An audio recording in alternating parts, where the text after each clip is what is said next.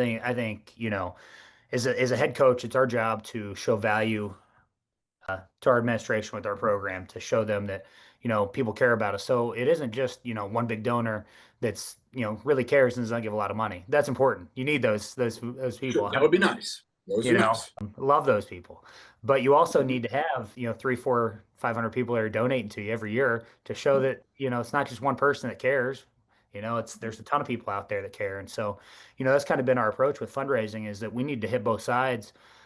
We got to have hundreds of people that are giving money to our program, showing that they care about us.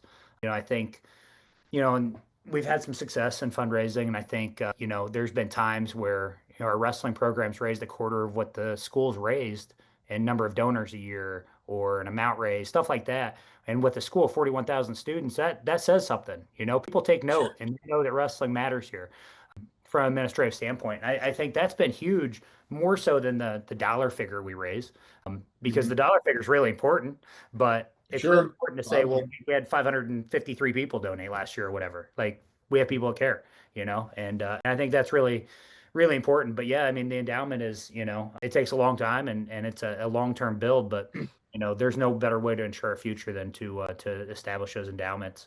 We're the first program to have a head coaching endowment here, which was pretty cool. We've been working on our scholarship endowments and all those kind of things, but we got a long way to go. And we're far from where we need to be. But that's a work in progress. And people, I don't know that the general wrestling public understands just how important building an endowment can be. Now you are not only not a strain on the administration's budget, you're pretty much self-sufficient. Is that pretty much correct? That's where we want to be, is where we are totally self-sufficient, where you need nothing from the university. That's the goal, at some point is to get there. We're not there yet, but we're working Right. towards it.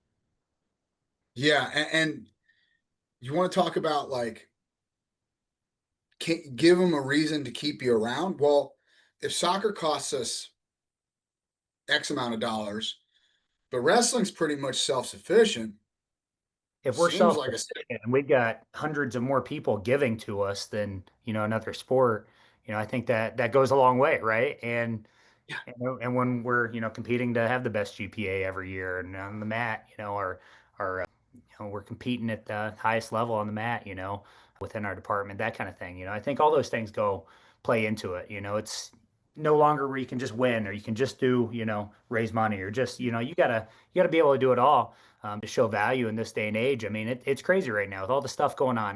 Nobody's immune to it. Everybody's seeing it. You're seeing all kinds of stuff out there, but the dust hasn't settled, right? Like we don't know what's ahead. oh, we don't know. The No, question it's is, changing every what's week. happening in the next 3 years? It's not what's happening this week, this year. It's like, all Yeah. right, these things go into place with the house settlement, all these things, NIL. What's 3 years or 5 years look like? Now that's the real question to me. It's not, next year. I think it's that 3, 5 year mark where we're going to see a lot of changes in the sport.